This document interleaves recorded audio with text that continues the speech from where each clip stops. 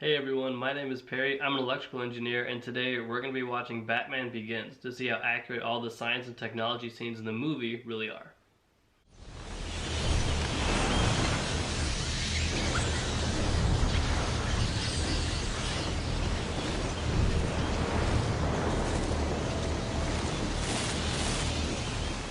Here we are. Nomex survival suit for advanced infantry. Kevlar bi-weave, reinforced joints. Tear resistant. This sucker will stop a knife. Bulletproof. Anything but a straight shot. Why didn't they put it into production? Bean counters didn't think a soldier's life was worth 300 grand. How Kevlar works is that when you feel pressure, usually from a bullet, hitting your armor, your Kevlar vest, all the material of the vest will constrict around that one point that the bullet is hitting. So what's going to happen is the more the bullet tries to penetrate into your skin, the tighter the Kevlar will constrict to prevent that from happening. And that's how the bullet doesn't actually get into your body when you're wearing this material. And it'll stop a knife the exact same way. It doesn't matter how sharp the blade actually is. If you're stabbing someone with it, it's applying pressure the same way a bullet would apply pressure to this armor. Do you have any lightweight fabrics? You know, I think I have just the thing. It's called memory cloth. Notice anything? Regularly flexible. But put a current through it, molecules realign, becomes rigid. What kind of shapes can you make? Can be tailored to fit any structure based on a rigid skeleton. The thing about this memory cloth, right? I know that there are certain metals which, depending on how much voltage you apply to them, they can actually slightly change their shape. I don't know of any fabrics that can do that. Even with the headphones that you're wearing every day, if you're listening to music, the longer you're listening to the music, if you notice your actual wire that goes from your earbuds down to the iPod or phone or whatever, those will actually start to twist together. And that's naturally happening because you're putting current through that wire constantly, right? And the longer you do this, the more the wire wants to naturally twist around itself. With this, it's the exact opposite. What you have is a bunch of material that's actually constricted, and what you want to do is flatten them all out. When this does become rigid, you can most certainly glide with it, as Batman does in the movie. And probably gain some pretty high speeds with this thing, because it doesn't look like there's a way to stop, right? The way that this is going to be structured, it's just going to keep on pushing you forward, and you're going to glide, but landing is going to be a bit of an issue. I'm not sure how he's going to go around doing that. Even if you have all the armor and Kevlar in the world, just slamming into something at 30 miles an hour is still gonna hurt. What's that? Well, the tumbler? Oh, you wouldn't be interested in that.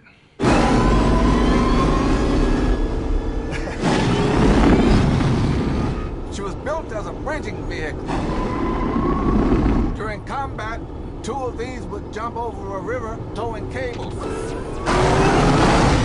Over here on the throttle, flip that open and throttle up. This will boost you into a rampless jump.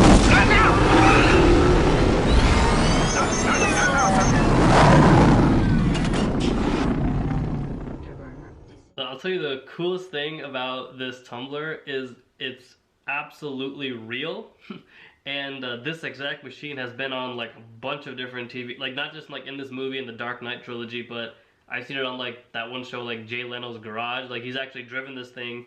It's certainly a real machine. Christopher Nolan actually used 3 tumblers while filming his Dark Knight trilogy. Each of the 3 tumblers that Christopher Nolan used was responsible for one of these functions, right?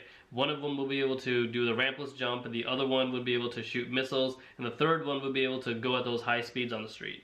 A rampless jump is done by manipulating the suspension inside of the vehicle. But even if you saw in the demonstration that Lucius Fox was showing to Bruce Wayne just now, what's happening is when he clicks that throttle to have that jump occur, the tumbler is actually moving down, lower to the ground than it already is. So when you actually finally get that boost from all of the propulsion that's coming out of the exhaust, that's going to push the car forward. But suspension is what's pushing the car down. It's going to just make it push up all of a sudden, and then when it pushes up and then forward, that's how you get your rampless jump. Another defining factor of this Batmobile especially is that it has many tires, and they're all really, really wide. This is going to do a lot of really cool things for your car, And the biggest reason for it is there's more area now that the tires have in contact with the ground, which means there's a lot more friction.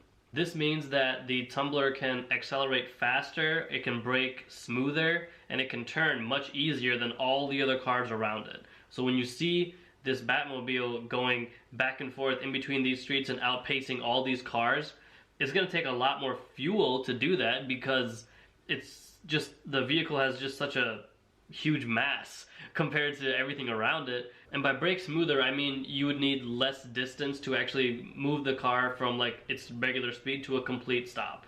All these things are actually applied even today. Like if you Google any Formula One race car, all of them have really, really wide tires. For all the reasons I just described. They want that car to accelerate faster, to turn easier, and for the brakes to activate much quicker if they ever need to use them. In the girl. Cute little assistant dear. Do you think it's a little bit too much heat to bring down, maybe?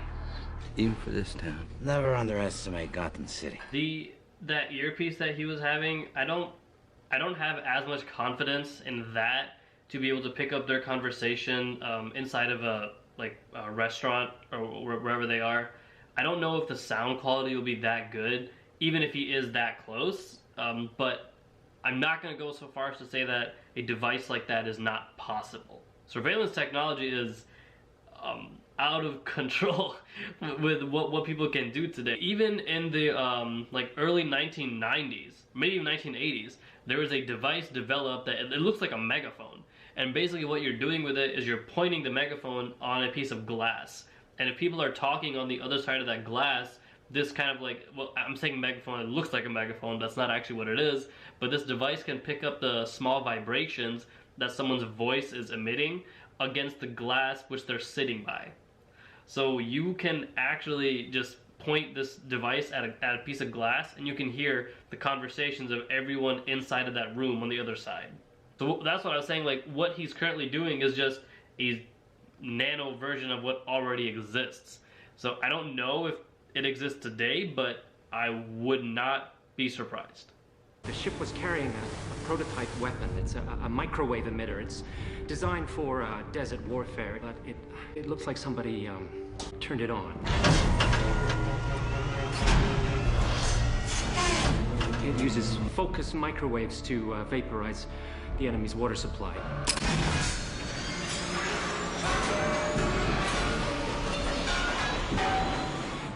That giant microwave emitter that you just saw on that cargo ship, it actually will work the same way as the microwave you have in your kitchen. Microwaves work by just exciting water molecules.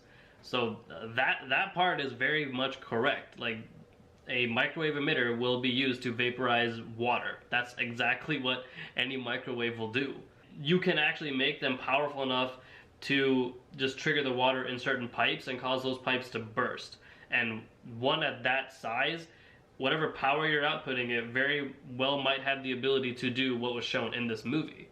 At the same time, if you have enough power to vaporize the water inside of an insulated metal pipe that is many feet below the ground underneath concrete and other material, why is it when this emitter is going on the train all the way through Gotham that people are not just popping left and right? Because we're mostly water.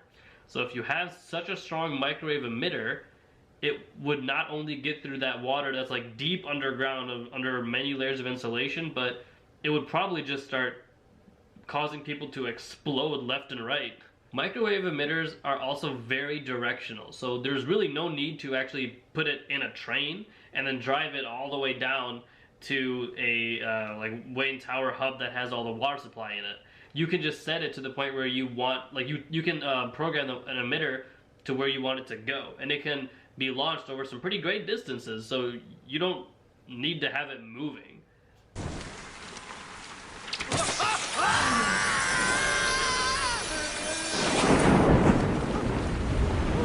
Where were the other drugs going? I never knew. I don't know. I swear to God. Swear to me!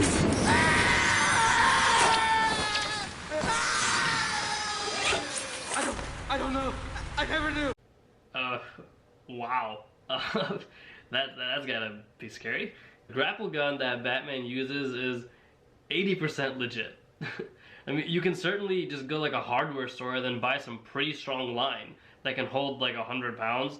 And the way that he's using it in this scene, in like a lever and pulley system, you can rig it to hold up to 400 pounds, probably even more. The major concern here that I have is the speed at which it's lifting. I think his name is Flass. Like the speed at which it's like just carrying him up in the air. You would need a pretty powerful motor to do that. Even if the line can actually hold your weight, to actually like pull someone up at that speed, you would need a good amount of electric power to get that done. This is where the 20% is not legit about the grapple gun. In order to hold Batman's weight, including the weight of all the armor he has on him, it certainly is able to do that, but it wouldn't like pick him up at such high speeds, because for that to happen, the electric motor you're using is not going to fit inside of the grapple gun. It has to be rigged somehow where it can pull your line up using a whole bunch of electric power. You don't want it to take like 5 minutes to go up a building. You want it to be as quick as possible. I don't see how he would be able to pull up his mass with the armor, even with a really powerful line to hold it, without some sort of incredible motor on the other end.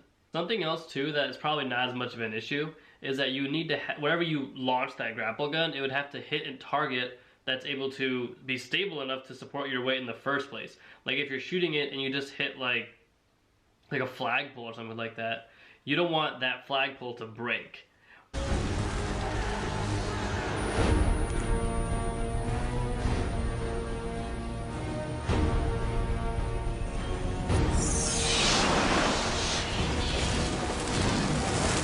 That was really cool, first of all. Bats use echolocation to map their environment so they understand their position relative to what's around them. And they do this by emitting high frequency sounds, and those sound waves will bounce off of whatever object is nearest to them or farthest from them, so that they understand their position relative to what they're actually trying to get to. The device that Batman just used would probably be emitting similar sounds that bats will be receptive to, but I don't know enough about bats to actually say, would they respond in like that sort of a way. It's like, is there a certain frequency that just attracts them to that particular sound? So if there are any biologists watching this, I'm curious if this is actually possible. I mean, you can easily make the device that can emit really any frequency of sound you want. Like, that's actually not very difficult. I think the hard part here is to get a high enough volume so that you can send that sound through like longer distances, so that like the bats in your vicinity can actually pick that sound up. I hope you guys enjoyed that video. Batman is certainly my favorite superhero, so I've been wanting to make this for a long time, and I hope I did a good job, but I'll let you guys determine that. If there's anything that I missed, anything else you guys want to talk about, just put in the comments, and I'll hop in and give my piece on whatever it is you have a question on. Most of the technology that we've seen in this movie, it already exists. It's just this movie took it like one step further than what is actual reality. Thank you guys so much for watching. I really hope you enjoyed the video. Stay fresh, stay golden.